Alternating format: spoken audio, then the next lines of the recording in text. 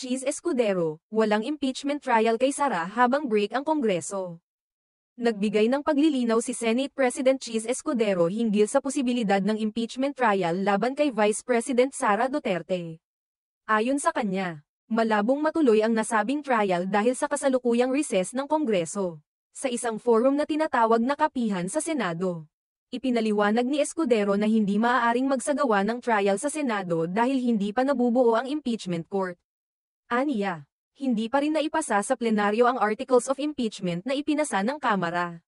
Legally, it cannot be done. The impeachment court has not been formed because the complaint was not referred to the plenary, paglilinaw ni Escudero. Ayon sa kanya, kung hindi pa dumaan sa tamang proseso, hindi maaaring mag-umpisa ang mga hakbangin ng Senado bilang impeachment court. Dagdag pa ng Senate President, without that step, the Senate, as a legislative body, cannot yet act as an impeachment court. Ibig sabihin, kailangan munang dumaan sa wastong mga hakbang upang may sagawa ang formal na paglilitis sa Senado. Nag-adjourn ang Senado noong Miyerkules ng gabi nang hindi tinalakay ang articles of impeachment na ipinasa ng Kamara laban kay VP Duterte. Ayon kay Senate Secretary Renato Bantog, natanggap ang dokumento ng 49 minuto pasado alas 5 ng hapon, ngunit hindi na ipresente sa plenaryo bago magtakda ng adjournment ang Senado ng alas 7 ng gabi. Dahil dito, hindi pa umabot sa puntong magkakaroon ng formal na pagtalakay ang Senado ukol dito.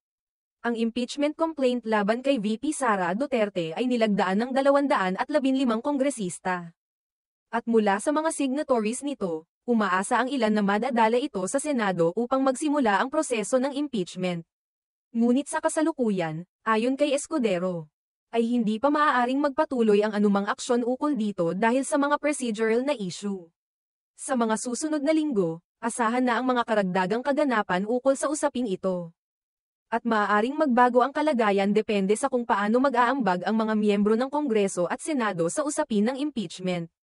Ngunit sa ngayon, malinaw na hindi muna matutuloy ang impeachment trial hanggat hindi nasusunod ang mga kinakailangang hakbang sa ilalim ng batas.